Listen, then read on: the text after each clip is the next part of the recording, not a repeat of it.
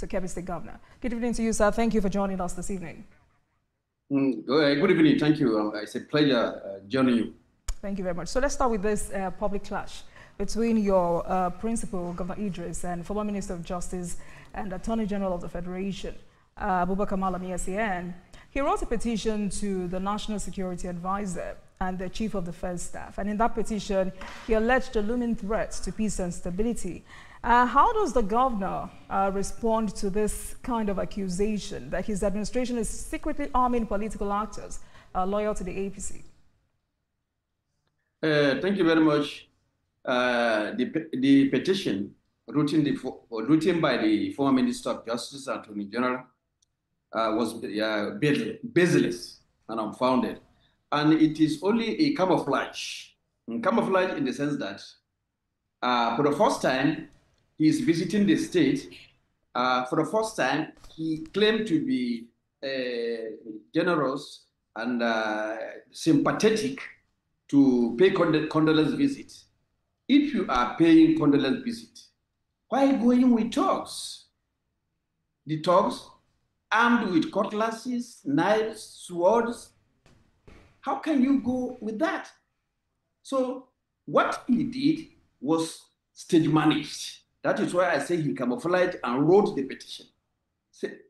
Stage managed in the sense that he brought these thugs from the neighboring states to provide an escort to the MS Palace. And in the process, whoever they made, in fact, they started destroying APC billboards, which has the pictures of President Bola Ahmed Tinubu and the Governor, Comrade Nasir Idris, right from the road until they entered the state capital. And from there, when they went to the condolence, they came back, and on the way, they beat held up innocent people moving around, doing their lawful activities, stoning them, vandalizing their properties, including the state headquarters, state secretariat of the All Progressive Congress.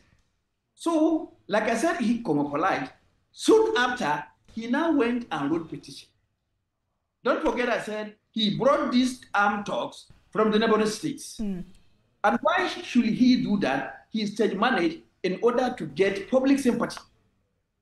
He is not a threat. Malami is not a threat to Governor Nasir's governorship ambition. But what the former AGF implied is that political violence is now a norm in Kebbi State, and it has now escalated because it led to the APC. But can the governor categorically deny that any state funds, vehicles or resources have been used to support armed political thugs in the state? That is a total blackmail and baseless allegation. Kebbi State has never witnessed political violence since in the inception of this present political dispensation. He is the one that is trying to introduce it. And why is he in haste?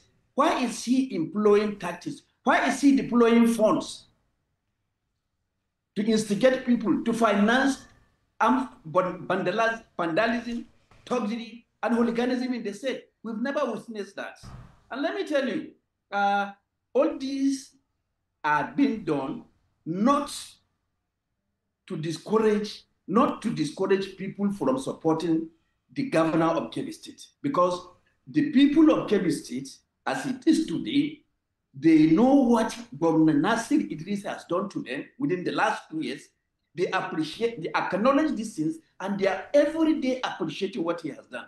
So no amount of blackmail, thuggery, hooliganism, vandalism of property will make them change. They have decided, and they have decided. You have just called it a cheap blackmail, but I saw that the governor had said Abubakar Malami is promoting a terrorism agenda. These are serious allegations, serious accusations. But what specific acts has the governor or the state government observed, which has led him to accuse Mr. Malami of promoting a terrorism agenda under the guise of politics? Yes, that is very true. He is promoting terrorism in Kebbi State, How? or rather he's introducing. Let me tell you, why we said that, we know he is not serious and he is not being fed and he is not wanted by the people of Kebbi State. What he's trying to do is to create a situation where all the investors invited by the governor to come and invest will be scared. And already they have started doing that. They are spreading rumors that they are coming. So if not, why should he go to that extent? If it is political blackmail, go ahead and do it. If it is witch hunting, continue doing it. But why do you make such very dangerous allegations? Not against the governor, so to say, but against the people of the state. These allegations has the potentiality of creating backwardness in the development of the state, which the governor is of course on doing. You know what I'm saying? So the truth of the matter is he wants to scare investors from the state, because these investors have been invited by the governor of the state to come and join hands with the business community in Kebbi State to further build the state, provide